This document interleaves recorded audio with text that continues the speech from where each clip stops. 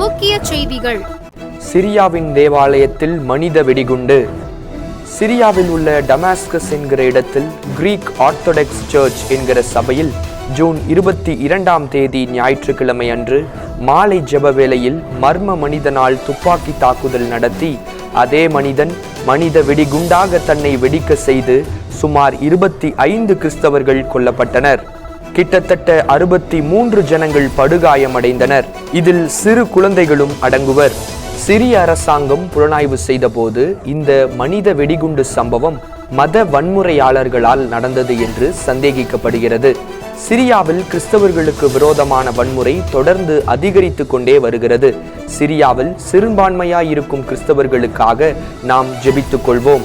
அதேபோல் அமெரிக்காவில் வானே என்கிற இடத்தில் உள்ள தேவாலயத்தில் நுழைந்து மத தீவிரவாதி ஒருவன் துப்பாக்கி முனையில் சபையோரை மிரட்டினான். ஆனால் காவல்துறையினர் உடனே அவனை சுட்டு வீழ்த்தி விட்டனர். கர்த்தர் தந்த பாதுகாப்பிற்காக ஸ்தோத்திரம்.